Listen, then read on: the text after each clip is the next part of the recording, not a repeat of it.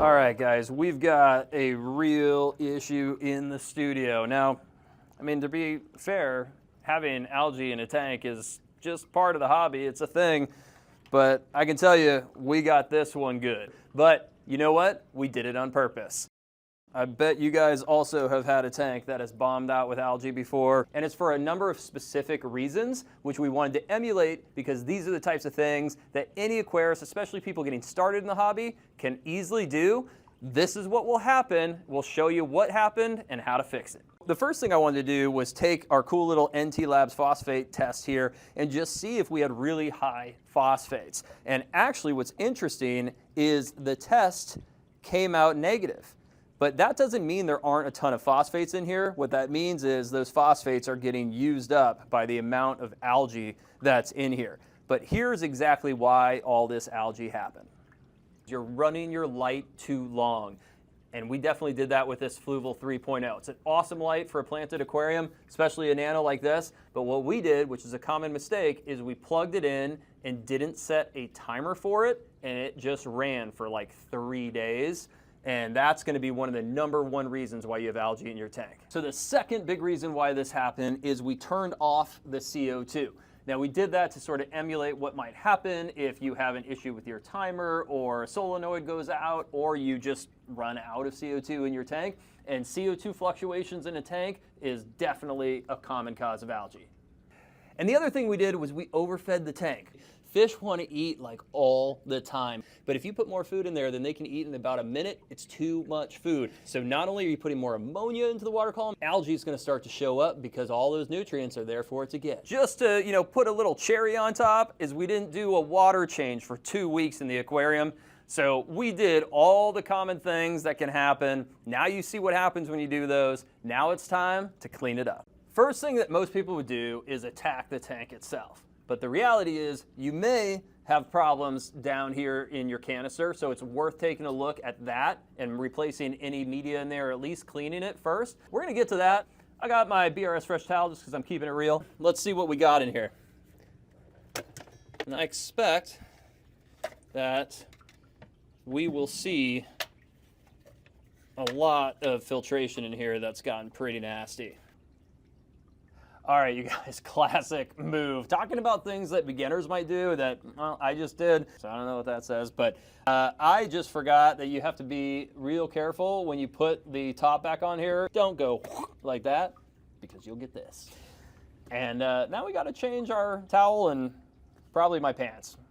Wasn't able to change the pants, but definitely got the towel changed. So let's see what we got in here. Yeah, check this out. So we got a lot of gunk that's floating around in here. It's all brown. Like, listen, I mean, when you clean a canister filter, it's not going to be pretty. That's why you're cleaning it. But I can tell you right now, this is already looking quite a bit worse than I typically see. So what I'm going to do, just to make sure I do protect the biological filtration in here, or the beneficial bacteria, I'm going to pour this out. Oh, man. There was just chunks in there. That is literally black. So this has not been cleaned in a little while, which I probably don't have to tell you at this point, but this is another reason why this can happen if you don't keep your canister clean. So, once a month, once every 6 weeks, you've got to be getting in there and cleaning this stuff. Look at this gunk. You've got all this in your canister. It's a good indication that you got something going on upstairs too. But this biological filtration right here, I'm going to make sure that that stays in tank water because I want to make sure that none of that biological filtration, or the beneficial bacteria I should say, dies. So as nasty as that tank water is, that tank water is helping keep those little guys alive. Let's go get some new mechanical filtration and filter floss, and let's get this thing put back together. So I grabbed this filter floss, or fleece you can call it, from Fluval. I got a couple of these in here like this. I've actually got 3, but I'm just going to put them together like this over the biological filtration, really just as a water polisher. And then above the biological media, I'm going to add some ChemiPure Green, which is going to help with some of the odors that are coming from this thing, I'm sad to admit, and also help really polish the water and keep it crystal clear. All right, so we're going to get this little CJ whale put back together, and I'm not going to turn it on, obviously, because we're going to be doing some water cleaning and some water draining. but once we do turn this thing back on, it's gonna be looking good.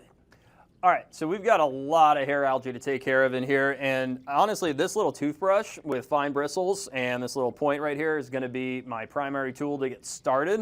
I'm just going to address parts of the aquarium, like plants and things like that, that have just been overrun, like this Monte Carlo that was hanging on the spiderwood. That's just gone. I'm not gonna try to save it. I've got this other Java Windalev in here that actually, part of it might be salvageable, but this part is just a mess. I'm gonna get that out of there. There's a little bit under there that we could leave for a second and then see how it goes. And now the rest of this, I'm just gonna get in here with this brush. And I like to do this with hair algae in particular because it just grabs it. And so you can almost kind of like swirl it around, and it's pulling so much more through here than I would just with my fingers. Look at that, nasty. So I especially like using this technique in densely planted areas, including carpet plants and things like that, because it will pull the algae off without pulling the plants out. So if I got in there with my hand, it would just be hard to do that. It would also potentially start pulling plants right out of the roots. But I can get in here with this brush and just start swirling this algae around.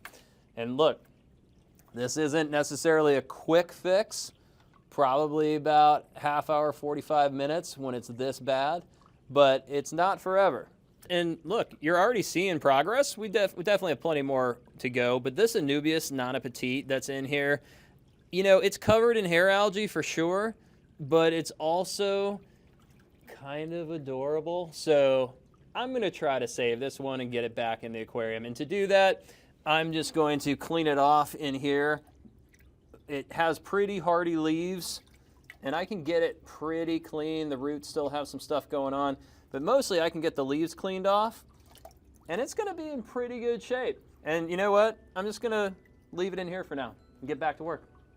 Hair algae and hair grass is a nasty combination, but with a brush like this, what you can do is you can start pulling at it just with little strokes like this. And yeah, you're gonna pull a little substrate in there, you'll deal with that later, but look at how much cleaner that is already. And I'm not pulling the hair grass, which is pretty delicate, out of the substrate. Some of you might be wondering why I haven't drained the water or used a siphon yet, and it's because I have barely any water to work with in here, right? Like a siphon or a standard vacuum is gonna pull all the water out of here so fast. We're definitely gonna do it, but I'm not gonna do it until I've used the water to my advantage to help me pull out all of this algae. The last thing I'm gonna do here, I've pulled about as much out as I can see. So I'm now scrubbing the wood. I'm just getting a bunch of the algae floating in the water, which is actually what I want because the next phase here is gonna be siphoning it out. All right, so now it's time to siphon some water out. We're gonna do a little combination of digging and siphoning at the same time. I got a bunch of stuff floating up here that I'm going to siphon out. I got the little baby python, I got the daddy python here with the cool little siphon system. I'm not gonna start off with this because it's gonna suck so much water out so fast. I'm gonna start with this, see how far I get, and then I'm gonna do a little trick with this thing that I think is gonna get us the rest of the way. So using a small siphon like this will allow me to still get a bunch of things that are floating around, but not use up too much water doing it, which is kind of cool.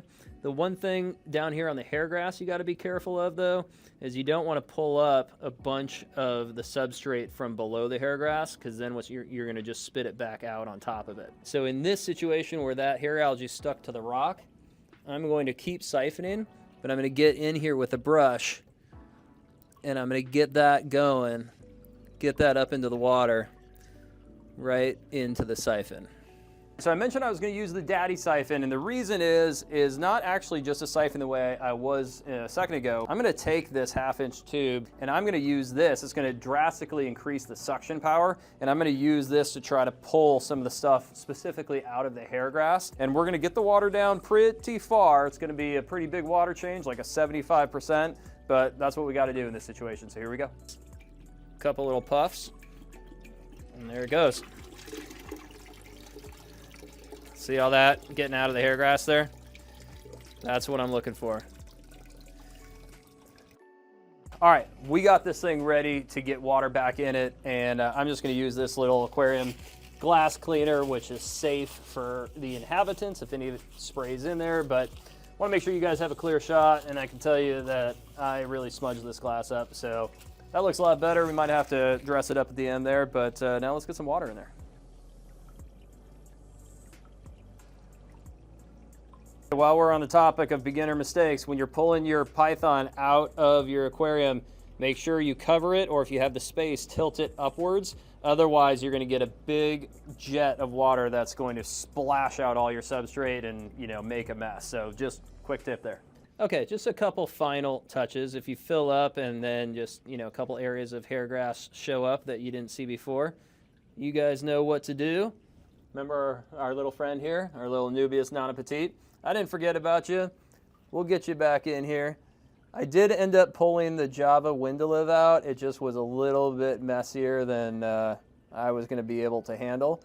So I'll just place this Anubias between these little spiderwood branches. And what's cool is because it's an epiphyte, as long as I can get it stuck in there, I don't even have to glue it. And it's going to start taking root, and the roots will circle around the branches, and it will stay put, no problem. Now that that's done, it's time to turn on our heater, or re-plug in our heater, I should say, and our filter. And before I plug in the Ciche, one of the cool things about these is they're self-priming. And one of the things I did before I drained or started cleaning the water is I reattached the hoses, which will create a siphon, and it will fill up this container. So I lost maybe a couple inches of water in the aquarium, but that's cool because now when I plug it in, it's gonna be all set and ready to go. Now that we have this all set, we're gonna get our CO2 turned back on. Gonna open up the pressure here, and then I'm just going to use this little dial, or this little knob here, to turn up my bubble counter. I'm gonna get that to about a bubble a second, maybe slightly slower than that. And in a moment, we'll see the CO2 coming out of the diffuser. And now one of the other issues that I noticed with this tank is that the CO2 is way too high. I mean, we're only a couple inches below the water. That doesn't make a lot of sense. You're gonna lose a lot of gas out into the air. So I'm just gonna create a little bit more relief on this tube, and I'm gonna get that CO2 quite a bit further down in the aquarium. There you have it. Now one last thing, which is this Greenwater Labs algae control. Just a couple ounces a week. It's a preventative, so it will keep this tank looking good and keep that algae from coming back. We'll see you guys next time.